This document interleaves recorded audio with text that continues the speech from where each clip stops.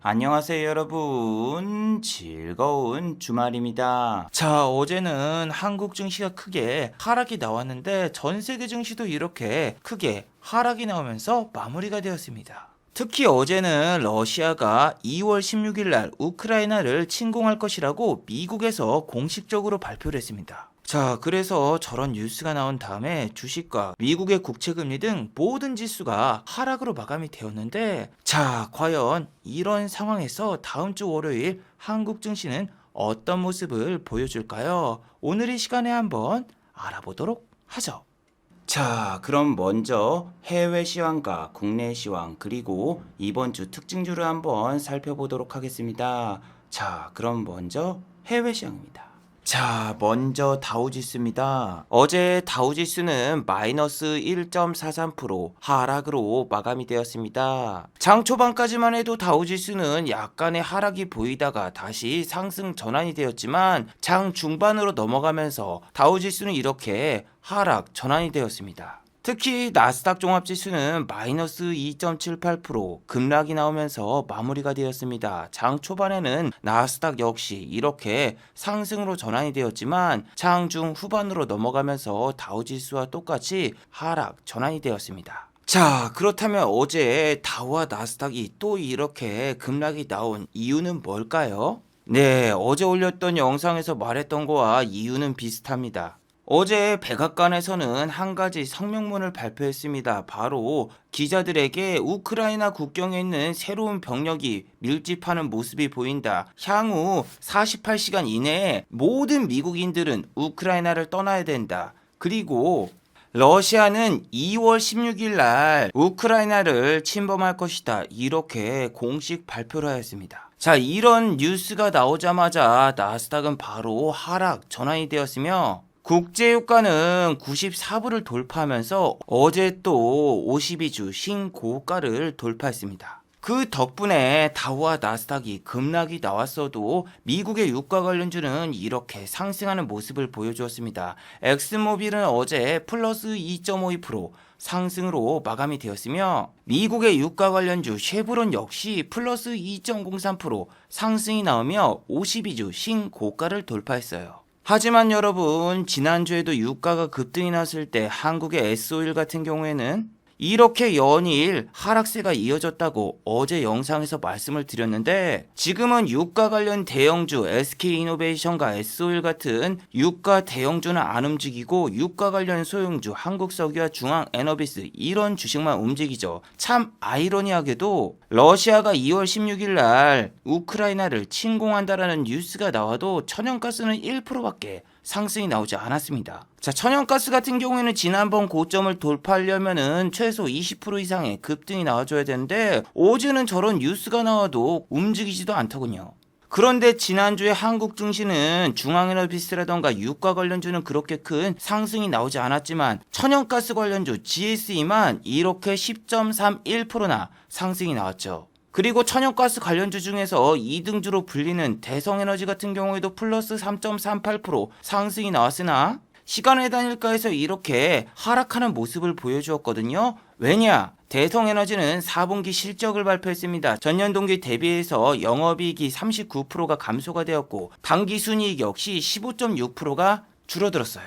물론 GSE 같은 경우에도 시간의 단일가에서 이렇게 하락한 모습을 보여주었는데 다음 주에 천연가스 관련주가 급등이 나온다고 해도 여러분 조심하세요. 여러분들은 다들 알고 계시잖아요. 지난번에도 외국인이 이렇게 대량 매집이 된 날, 그 다음날 갭이 뜬다? 그럼 다 던져버리고 이렇게 매집하고 뉴스 뜨면은 던져버리고 뉴스 뜨기 전에 또 이렇게 매수하면은 그 다음날 던져버리고 이게 패턴이기 때문에 얘네가 매수를 안 했으면 그 다음날 막 10% 이상 올라가면서 막 급등이 이어질 수도 있지만 외국인이 이미 매집을 해놓은 상황이고 기관도 매수를 했기 때문에 다음 주에 막 GSE가 상한가를 가거나 고점을 돌파하기는 생각보다 힘들 수가 있습니다. 그리고 여러분, 요즘에는 바이든 대통령이 인터뷰를 하거나 기자회견 혹은 백악관에서 성명문만 발표하면은 무조건 증시가 내려요. 그런데 요즘 항상 미국 증시가 바이든 대통령의 연설이 시작되기 전에는 급락이 나왔다가 연설이 시작되면서 반등이 나오는 척하고 연설이 끝나자마자 폭락.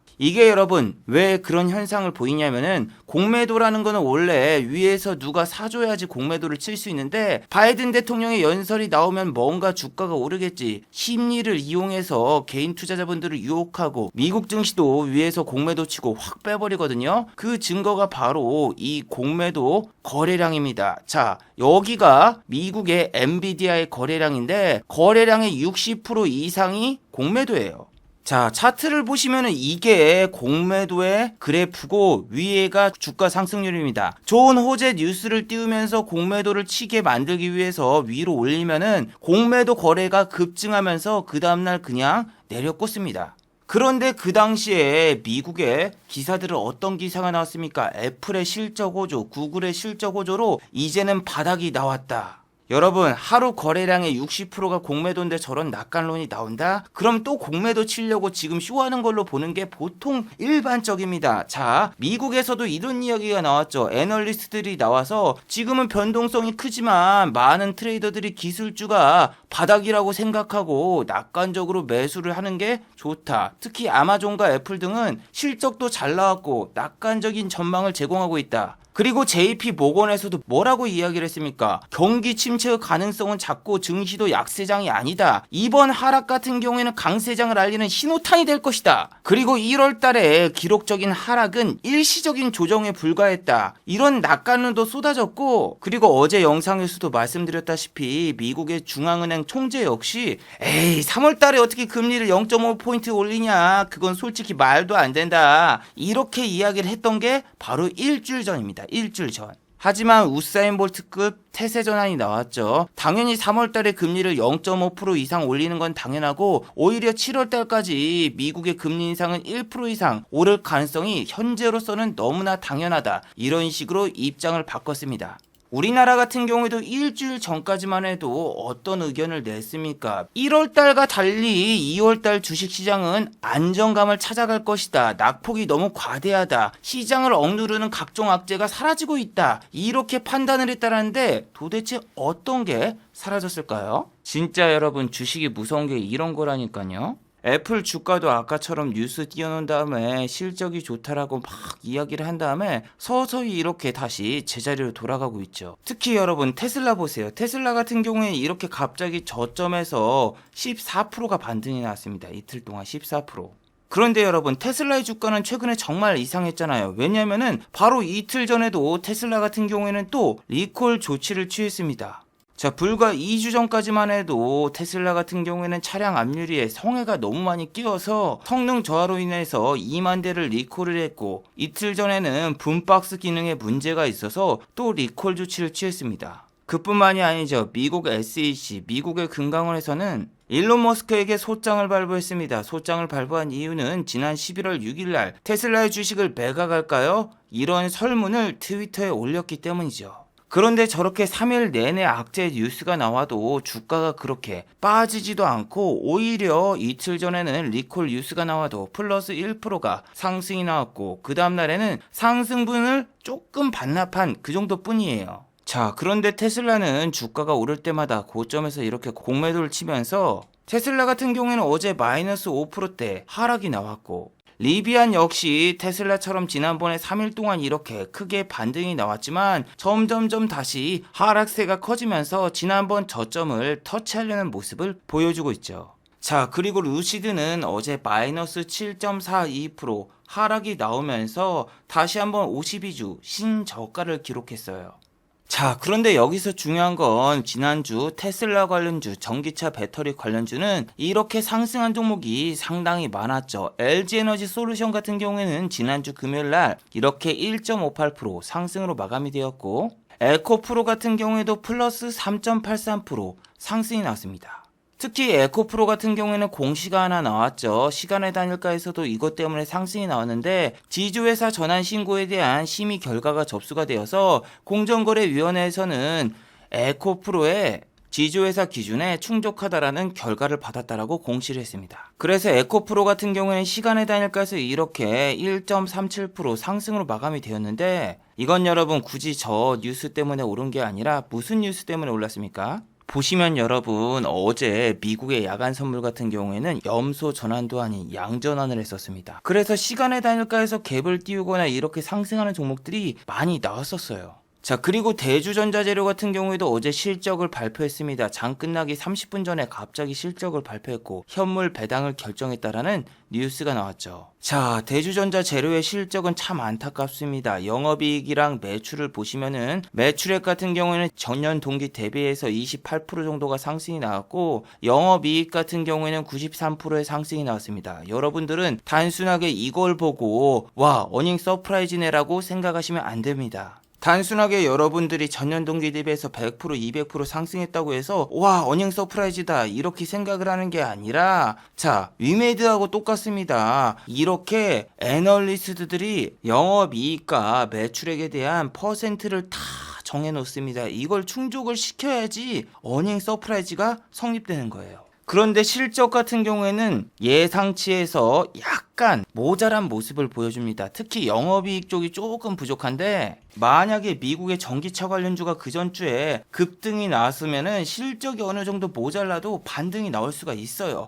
하지만 우리나라 같은 경우에는 여러분 실적이 잘 나와도 이미 주가에는 선반영을 받았다고 해서 이렇게 막 빼버리는 그런 나라입니다. 한미 반도체 같은 경우에도 어닝 서프라이즈가 나왔지만 이렇게 4일 연속 하락세가 지속되고 있죠. 그래서 전기차 관련주 같은 경우는 지난주에 이렇게 상승한 종목도 있고 실적 역시 예상치를 충족하지 못했기 때문에 전기차 주식은 지금 좀 피하는 게 좋습니다. LG화학만 보세요. 이거 완전 옵션 만기를 가지고 장난치는 거잖아요. LG화학 여기서 여기까지 몇 프로가 빠졌습니까? 7%가 빠졌어요. 근데 갑자기 하루 만에 다 올려. 근데 다 올리더니 어떻게 합니까? 그 다음날 반 정도를 다시 빼버립니다. 왜? 옵션 만기일날 삼성전자, LG화학, SK하이닉스 가지고 막판에 조금 올렸다가 그 다음날 옵션 만기가 끝나니까 다시 패대기. 전기차 관련주들은 그동안 너무 많이 올랐기 때문에 게임주와 약간 비슷한 양상을 갈 수가 있습니다. 자, 메타버스하고 NFT 뉴스 갔다가 게임주 같은 경우에는 최근에 너무 많이 상승이 나왔었고 대부분 이렇게 고점에서 주가가 빠지는 척 하다가 다시 신고가를 가려고 보여주고 그 다음에 하락이 그냥 연속으로 나오는 게 현재 게임주입니다. 게임주가 고점 대비해서 많이 빠진 것으로 보이지만 차트를 길게 볼까요? 이게 어떻게 많이 조정을 준 걸로 보이나요? 이거는 위메이드도 그랬고 컴투스홀딩스도 이렇게 비슷한 모습을 보여주는데 전기차 관련주 보세요. 지금 주가가 너무 많이 올랐어요. 10만원도 안 하던 애들이 20만원까지 올랐고 45,000원짜리였던 애가 145,500원까지 올랐습니다. 특히 다음 주 금요일이죠. 미국의 옵션 만기일이 여러분을 기다리고 있습니다. 그뿐만이 아니죠. 자, FOMC 의사록 발표가 이번 주 수요일 2월 16일에 있습니다. 그래서 이번 주 수요일날 같은 경우엔 정말 미치고 폴딱 뛰죠. 왜냐면은 FOMC 의사록 발표도 있고 러시아가 우크라이나에 침공까지 한다고 하니까 이날과 이날은 투자자분들이 투심이 얼어붙어 있는 상황이기 때문에 변동성이 상당히 심할 것으로 보여요. 물론 여러분 2월 16일 날 정말로 푸틴이 우크라이나에 침공할지는 알려지지 않았습니다. 일단은 미국에서 저렇게 찌라시를 뿌리면서 푸틴 형과 바이든 형이 전화통화를 한다는데 그 전에 일부러 저런 찌라시를 뿌리면서 야, 니네 뭐 전쟁을 그때 한다고 하는데 전쟁하면 내가 가만히 안 둘 거야? 응? 니네 경제 보복할 거다? 오지마 이렇게 약간 으름장을 놓는 걸 수도 있습니다. 그리고 여러분 중요한 게 뭐냐면은 투자자분들도 신중합니다. 아직까지 진정한 폭락이 오기보다는 사태를 지켜보시는 분들이 많아요. 왜냐하면 여러분 비트코인이 아직도 5천만 원대입니다. 막 전쟁한다는 뉴스가 나오면은 비트코인이 떡락을 하고 알트코인도 떡락이 나와야 되는데 생각보다 잘 버티고 있어요. 물론 50개의 코인 중에서 10개만 오르고 나머지 40개가 다 내리고 있지만 하락폭은 그렇게 크지 않습니다. 자, 그리고 우리는 11년 전에 이라크 전쟁이 있었죠. 이라크 전쟁 같은 경우에는 2003년도에 폭격이 시작됐어요. 자, 그런데 여러분 폭격이 시작하자마자 다우지수 같은 경우는 어떻게 됐나요? 예, 바로 하락이 나왔습니다. 일주일 연속 이렇게 하락이 나오다가 그 다음부터 다시 상승세가 이어집니다. 왜? 불확실성 해소. 자, 코스피 같은 경우는 정말 신기했어요. 분명히 전쟁하기 전에는 코스피 지수가 500까지 빠졌는데 그 뒤로 전쟁을 시작하고 갑자기 코스피 지수가 몇 포인트까지 올라갑니까? 785포인트까지 올라가요. 자, 그렇다면 이번에 또 러시아가 우크라이나를 침공하는 순간 불확실성 해소로 과연 한국과 미국 증시가 급등이 나올까요? 네, 그러긴 약간 힘든다고 봅니다. 왜냐하면 그 당시하고 지금 상황이 같나요? 한국 증시는 말이죠. 이라크 전쟁이 일어나기 1년 전부터서 이렇게 주가가 주구장창 조정을 주고 있었기 때문에 1년 동안 큰 조정을 주고 개인 투자자분들이 패닉에 빠진 다음에 전부 패닉셀이 나온 다음에 그 다음에 올라간 거예요. 근데 지금은 어떤가요? 한국 증시 같은 경우에는 1년 넘게 주구장창 오른 다음에 조정다운 조정도 아직 그렇게 많이 찾아오지 않았고 패닉셀도 그렇게 크게 나오지 않았죠. 아직도 개인 투자자분들이 이렇게 코스피를 사고 있는데. 자, 그리고 여러분, 미국은 지금 어떤가요? 주가가 2년 가까이 계속 상승만 하고 고점 대비해서 고작 8%밖에 안 빠졌어. 근데 이 상황에서 우크라이나 전쟁하면은 또 오른다고? 거기다가 지금 금리 인상 이벤트까지 여러분을 기다리고 있는데, 그래서 다음 주 장이 정말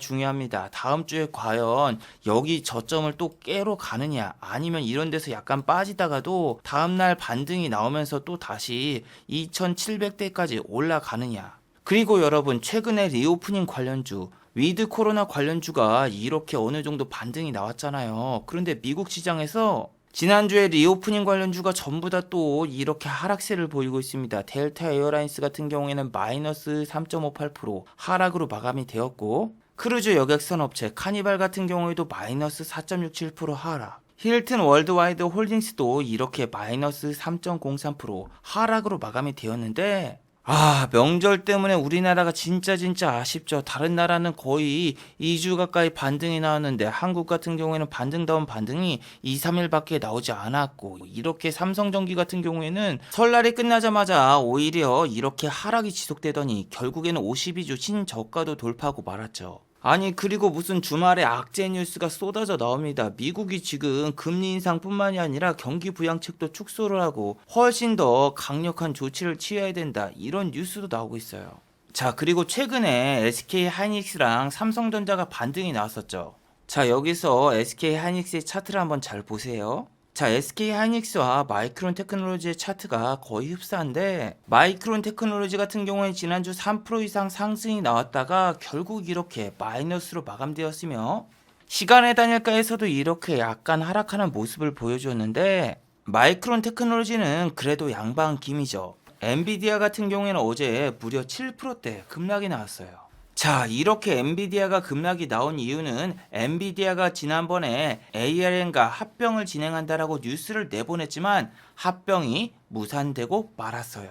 자, 엔비디아와 ARM이 이렇게 합병이 불발된 이유는 규제 때문입니다. 세계 당국이 독점 금지법을 내세우면서 엔비디아와 ARM의 인수합병을 승인하지 않았습니다. 마치 대우조선과 현대중공업의 합병 불발처럼요. 그래서 엔비디아 같은 경우에는 주가가 연일 급락세가 이어지고 있고, 또 공매도 비중도 거래량의 60%를 차지하고 있습니다. 자, 미국 시장을 보면은 약간 섬뜩하죠. 우리나라 같은 경우에는 거래량의 10%에서 20% 정도만 공매도가 차지를 해도 정말 많아 보이는데, 저 나라는 60%입니다. 60%. 엔비디아가 저렇게 7% 급락이 나오니까 당연히 필라델피아 반도체 지수도 이렇게 마이너스 5%대 하락으로 마감이 되었죠. 이번 주에는 옵션 만기일에 삼성전자와 SK 하이닉스가 상승이 나오면서 그나마 우리나라 코스피 지수가 코스닥보다는 그렇게 큰 하락이 발생하지 않았어요. 하지만 다음 주에는 우리나라 증시를 끌어줄 만한 섹터와 주식이 있을까요? 물론 천연가스라든가 원자재 같은 경우에는 변동성을 주면서 어느 정도 오를 수 있지만, 이렇게 증시가 하락을 하면은 1000종목 가까이가 하락이 나오기 때문에 장중에 상승하는 종목도 거의 없고 매매하기도 상당히 힘들죠. 특히 이제는 하루 확진자가 4만 명이 넘던 5만 명이 넘던 시장은 반응을 안 해요. 지난번까지만 해도 확진자가 4만 명을 돌파하니까 일동제약이 급등이 나왔지만, 지금은 확진자가 5만 명 돌파 뉴스가 나와도 이렇게 급락이 나오고, 일동제약이 하락을 하니까 현대바이오도 갑자기 상승이 나오다가 결국에는 이렇게 하락을 따라갑니다. 거기다가 지금은 실적 발표 기간인데, 실적 발표 기간이 점점 다가오자 투자자분들이 두려움을 느끼죠. 자, AD칩스는 지난주에 하한가를 갔습니다. 태생이 동전주고, 이 종목은 4분기 실적마저 마이너스를 기록한다? 그러면은 관리 종목에 지정이 됩니다. 관리 종목에 지정될 경우에는 상장 폐지는 아니지만 그 다음 연도도 또 만약에 적자가 기록이 난다? 그러면 상장 폐지입니다. 그래서 이런 종목 같은 경우에는 어떤 모습을 보여줬습니까? 코다리19 바이러스가 나올 때 동전주니까 슈팅이 나오기 쉽죠. 그래서 별것도 아닌 뉴스로 상한가를 2번이나 3번이나 말고 난 다음에 고점에서 차익 실현을 하면서 개인 투자자분들을 가지고 놀았는데 결국에는 태생이 동전주기 때문에 다시 동전주로 돌아왔어요. AD 칩스 상한가 갈 때 얼마나 말도 안 되는 뉴스로 올랐습니까? 무슨 삼성전자가 인텔과 손을 잡는다, 수주 기대감 이런 이야기가 나왔지만 인텔 같은 경우에는 파운드리 사업을 독자적으로 진행하면서 다른 파운드리 기업을 인수 추진하였죠. 그래서 이렇게 단독 뉴스는 여러분이 믿으면 안 돼요. 이런 뉴스는 그냥 루머일 뿐입니다. 자, 그리고 리더스 코스메틱 역시 AD 칩스와 똑같이 이렇게 하한가를 갔어요. 자, 하한가를 간 이유는 재무제표만 보셔도 아시죠? 이렇게 3분기 연속 적자가 4년 연속 지속이 될 경우에는 관리 종목에 지정이 되죠. 자, 그런데 리더스 코스메틱 정말 오랜만에 보네요. 와, 이거 몇 년 만이지? 리더스 코스메틱은 여러분 산성 LNS예요. 여러분 우리나라 주식이 정말 미쳤던 게 뭐냐면은 2014년도는 상한가가 15%밖에 되질 않았어. 근데 중국에 마스크팩을 수출한다는 뉴스를 내보낸 다음에 주가가 어디까지 간지 알아요? 이거 봐봐. 분명히 5천원도 안 하던 주식이 5만원을 넘더니 12만원까지 갔습니다. 12만원. 저 같은 경우는 여기서 산 걸로 기억하거든요. 7만 5천원인가 사가지고 제가 10만원에 팔고 나왔는데 더 가더라고요. 근데 여러분들은 정말 궁금하죠. 왜 12만원이 넘었던 주식이 갑자기 무슨 2만원대까지 내려갈까요? 무슨 감자를 하거나 혹은 유상증자를 했나요? 물론 유상증자도 많이 했습니다. 작전주니까. 그리고 중요한 게 뭐다? 사드 배치를 2016년도에 하면서 완전 박살났죠. 그래서 12만원짜리 주식이 1,000원대까지 내려왔습니다. 그런데 이 1,000원도 지금 비싸네요. 이게 만약에 관리 종목에 지정이 된다면은 당연히 동전주에 갈 것이고 이제는 주식이 없어질 수 있는 그런 상황까지 왔는데 여러분 우리는 미래에 있으니까 사드 보복이라는 게 아직까지 지속될 거라는 건 아무도 예측을 못했죠. 하지만 이런 의견들이 많았어요. 중국의 사드 보복은 일시적이다. 그리고 중국인들은 지금 K-뷰티에 미쳐있다. 따이콩, 보따리 장사가 한국에 방문을 하는데 보따리 장사가 한국의 면세점에 와서 화장품을 싹쓸이해 간다. 결국에는 중국인들은 질 좋고 가성비가 좋은 한국 화장품을 계속 사용할 수밖에 없다. 그래서 여러분 주식하시는 분들은 절대 국뽕에 취하면 안 돼요. 뭐 BTS, 방탄소년단부터 시작해가지고 뭐 싸이, 김연아, 박찬호 요런 거 막 국뽕에 취해가지고 외국인들이 한국인 보면 오 사랑해요 한국, 코리아 사랑해요, I love you 막 이러면서 외국인들이 막 K-뷰티라던가 무슨 K자 들어가는 뭐 이런 K-팝 이런 거 막 미쳐있을 거라고 생각을 하는데 생각보다 여러분 삼성이 한국 거인지도 모르는 사람이 생각보다 많고 중요한 거는 그렇게 뭐 K-팝이라던가 그런 분야에 관심이 없으면은 그냥 한국이 어디 있는지도 모르시는 분들이 대다수입니다. 그래서 국뽕에 그렇게 취해 있다가 어떻게 됐습니까? 화장품 시장이 몰락이 됩니다. K-뷰티 같은 경우에는 기술력을 가지고 있었지만 중국 애들이 금방 다 카피를 했고 가격 역시 중국의 화장품이 훨씬 더 쌉니다. 우리나라가 여러분 이런 게 있습니다. 중국이 카피를 잘하긴 하는데 어차피 기술력은 우리나라를 못 따라와. 쟤네는 어차피 짝퉁이야. 어차피 고객들은 다시 우리에게 돌아오게 돼 있어. 이렇게 생각을 하다가 우리나라 같은 경우에는 중국 시장에서 점유율을 전부 다 뺏겨버리고 맙니다. 한국 같은 경우에는 여러분 정말 안타까운 게 뭐냐면은 여기 보시면 1위가 중국 제품이 아니에요. 프랑스라던가 그리고 미국 이런 회사들이 차지를 하고 있지만 결국에는 중국 애들이 값싼 저가 공세와 그리고 한국에 카피를 해서 화장품을 판매를 해도 얘네들 입장에서는 어차피 짝퉁이 아니라 국산이잖아. 중국에서 여러분 짝퉁을 사면은 국산 정품이 되는 거예요. 이게 여러분 K 국뽕에 취해가지고 우리나라가 너무 방심을 하고 그리고 중국 쪽을 너무 무시하는 게 사업을 할 때 다른 나라가 우리나라 걸 카피하고 쫓아오면은 쟤네가 뭐 쫓아오지 못하게 더 기술력을 키우거나 가격을 낮추거나 이런 쪽으로 가야 되는데 쟤네는 어차피 뭐 짝퉁이고 가격 낮춰봤자 우리나라 거 누가 그걸 쓰겠어 이렇게 얘기하지만 우리나라 조선업이 망한 이유가 가장 뭡니까? 중국의 물량 공세. 자, 올해 조선업 같은 경우에는 어떤 현상을 보이고 있습니까?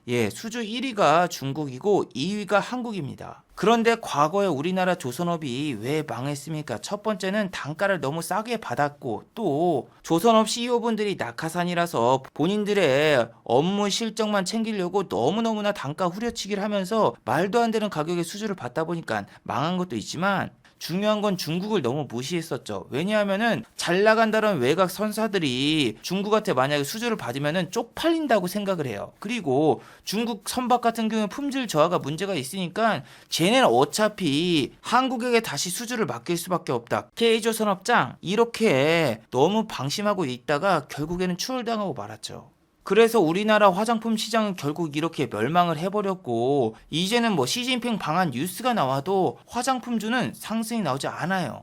그래서 과거 사례를 보면은 여러분들 단기적인 악재다 이렇게 판단한 뉴스들이 단기적인 악재가 아니라 거기가 시발점이 되면서 주가가 더 크게 하락하고 결국에는 회복되지 못하고 이렇게 파산을 하거나 관리 종목 지정 혹은 주식이 사라지는 경우도 나오는 경우가 정말 많아요.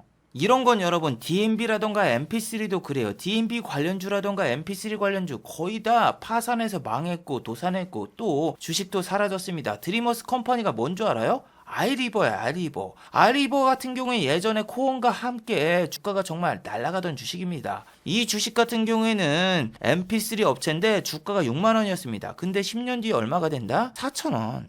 자, 그리고 아이리버 같은 경우에는 이런 종목은 분명히 상장 폐지가 돼야 되는데 상장 폐지가 안 됐습니다. 지금 이 회사는 거의 7, 8년 전인가? 한 9년 전인가 10년 전에도 계속 적자였는데 실적 발표할 때마다 계속 감자를 때립니다. 보시면은 2014년도에도 감자를 때렸고 여기도 감자를 때렸고 아이리버 같은 경우에는 계속 적자만 늘어나지 실적이 흑자가 난 적이 한 번도 없습니다. 그런데 실적 어닝 쇼크가 나오고 이렇게 주가가 내릴 때도 개인 투자자분들은 이거는 단기적인 악재일 뿐이다. 우리 회사의 가치는 변하지 않는다. 존버를 택하는데 그때라도 던졌으면 반이라도 건질 수 있었는데 존버라니까 어떻게 됩니까?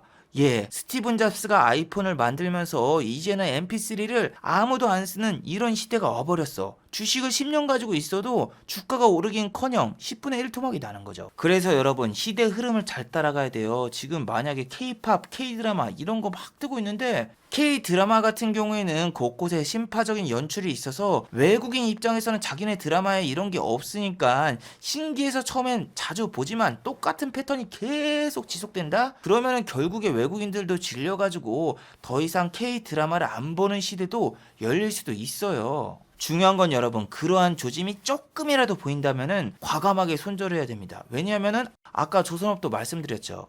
여러분들이 좋아하는 현대상선 HMM 지금 주가 2만 원이잖아요. 근데 얘는 원래 대북주로 편입돼가지고 35만 원이었어요. 35만 원.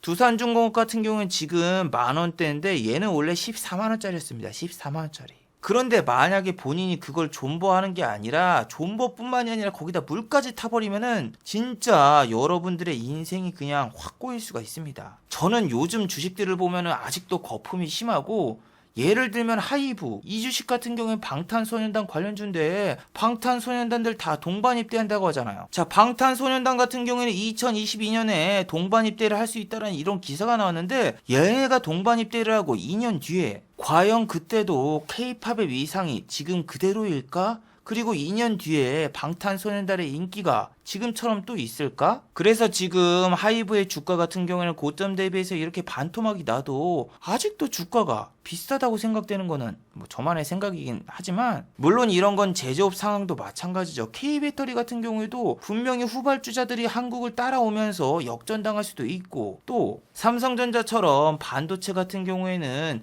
국내 기술력이 정말 탑이기 때문에 다른 후발주자들이 따라오기에는 10년도 더 걸린다고 하지만 그 외 나머지 분야 같은 경우에는 우리가 방심을 하고 있거나 그냥 언젠가 오르겠지 이렇게 너무 단순하게 생각하고 있으면은 항상 그 결과가 반대로 나오더라고요. 주식을 오래 하면서 우리나라가 뭐 탑 1위니까 절대 기술력에 밀리지 않고 결국에는 주가가 지금 내리고 있지만 단기적인 이슈고 다음에 오를 겁니다. 애널리스트들이 이런 주식 중에서 오른 거보다는 상폐되거나 없어지거나 내린 주식이 더 많았던 것 같아요. 그래서 지금 시장이 하락을 하고 있는데 뭐 저가 매수의 기회다 접근하시는 분들은 뭐 본인 마음이니까 접근하셔도 상관이 없는데 꼭 본인이 생각한 시나리오와 반대로 간다면 과감하게 결단을 내리고 손절을 해주시기 바랍니다. 그렇지 않으면 존버에서 10번 성공해도 마지막 한 번에 그냥 시장에서 퇴출되는 경우가 상당히 많습니다.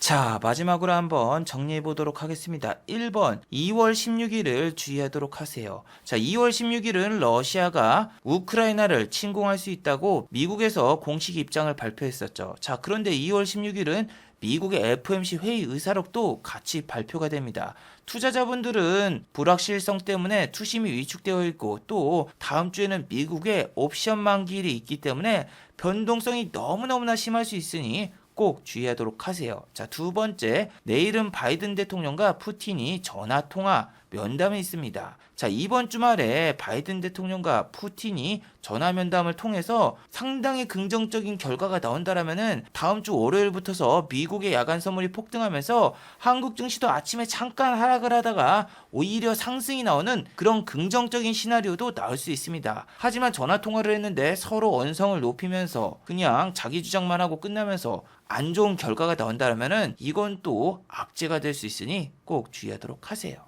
자, 유튜브 광고도 끝까지 시청해 주시면은 정말로 고맙겠고 좋아요와 구독하기도 많이 눌러주시면은 정말로 고맙겠습니다. 아, 그리고 또 어제 생방송 전에 저를 후원해 주신 정말 고마운 분들이 계셨네요. 네, 제 유튜브 영상 밑에 있는 투네이션 후원하기 버튼을 눌러주시면은 저를 후원해 주실 수 있는데 바람님, 창배님 후원 정말 감사드립니다. 특히 창배님은 10,000원이나 후원해 주셨네요. 정말 감사드립니다. 자, 다들 수고하셨고 즐거운 주말 되시기 바랍니다. 다들 수고하셨습니다.